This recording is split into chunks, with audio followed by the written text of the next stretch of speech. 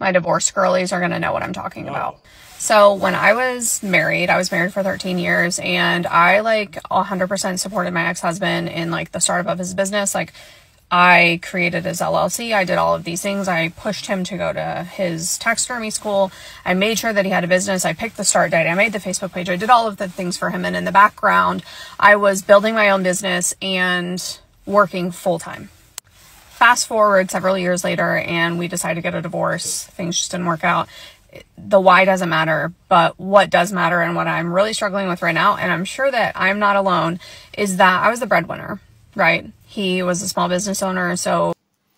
That's the why right there. You are the breadwinner. And the marriage couldn't work out because you are the breadwinner. Maybe that's why.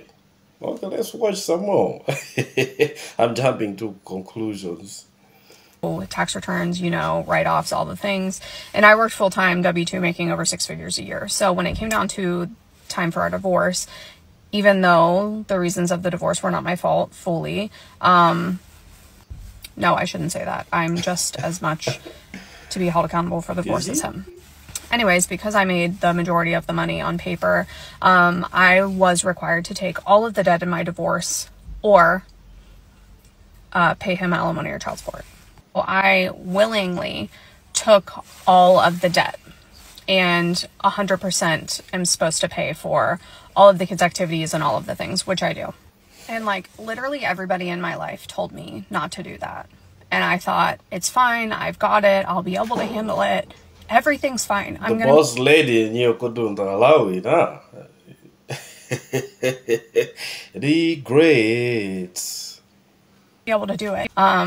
I quit my job to take my business full-time last year, and it was really not, I didn't really want to quit. I really wasn't financially ready to quit, but I had missed so much work because my oldest son had, you know, been hospitalized for his mental health a couple times, and then my daughter with her diabetes, and I was a sales commission job, so my customer service score was dropping. So it was like a mutually agreeable, like, okay, we're going to see you later type deal with my full-time job. And I get calls every single day, like, hey, you owe us this money, and hey, you owe us this money. And I'm like literally just trying to pay my rent.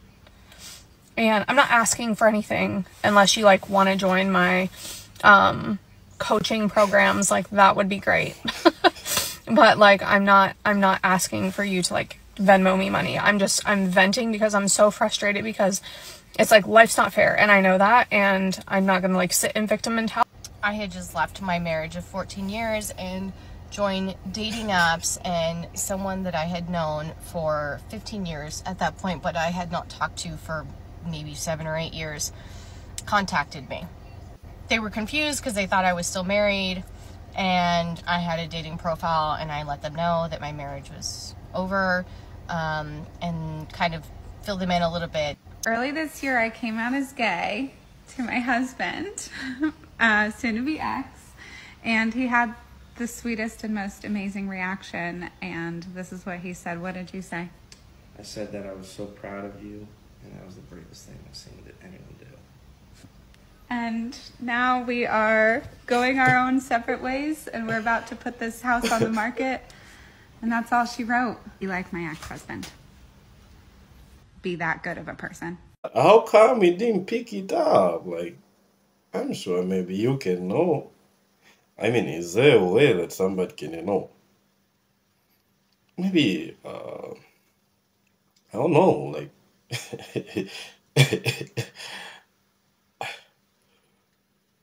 okay, let's move on. I want to be with you. And I want to be with you and others.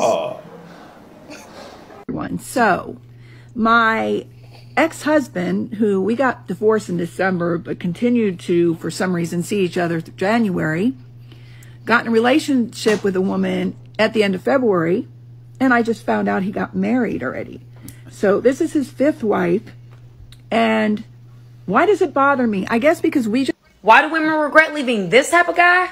I'm about to tell you in this video. First off, it took them a while to commit to begin with. Then when they finally do commit and they're settled and they're in a relationship, and a woman decides to either end the relationship, they cheat, or they do something that betrays this type of man's trust. Essentially, when you hurt this type of guy.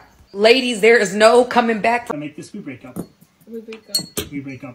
We break up. We break up. We break up. We break up. We break up. We double break up. We break up. We break up. We break up. We break up. There we go. Good game.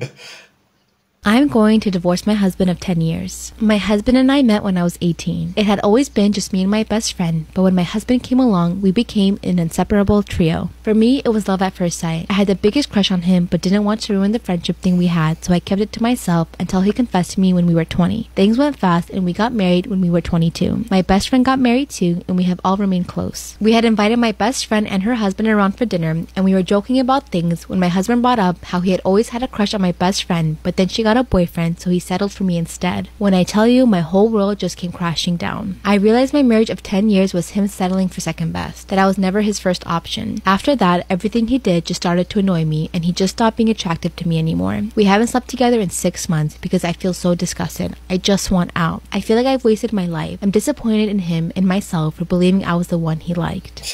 Who has made you cry the most? Who has the nicest body? Who is the funniest? Who does your mom like the most? Who has cheated on you? Who was the biggest liar? Who was the best kisser?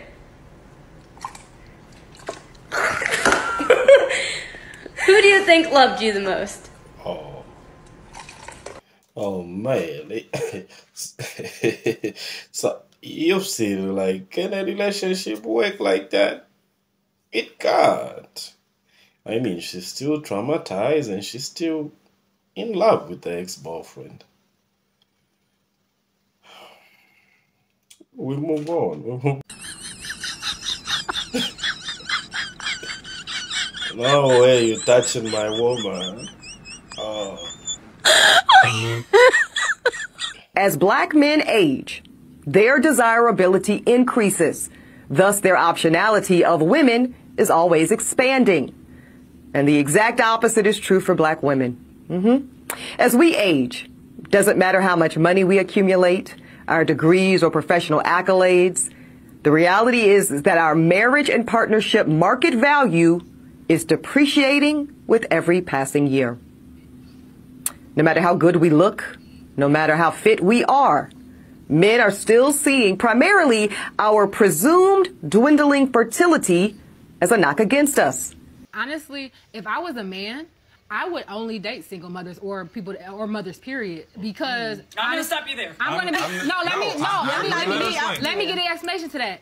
I feel like motherhood changed me so much, and although I'm married, I'm not single. My mental, it's not because my mental isn't married. You know what I'm saying? My mental is my mental. Yeah. So when I tell you, a lot of stuff about me changed. I value myself more. I value my time more. I don't really give my time and my energy to shit that just don't matter, don't equate to nothing. So if I was a man, especially if I was a man that was older in age a little bit, you know, like Paw, I would literally be like, you know what? I want a single woman because a single mom, they know how to get it done. They really be like the grade A people for real. It'd be us single women, them not us, because I got. But you gotta be careful. Because you are a single mother.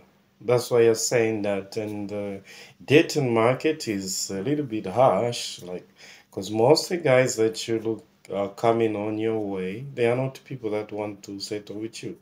They are people that just want to go in and come out.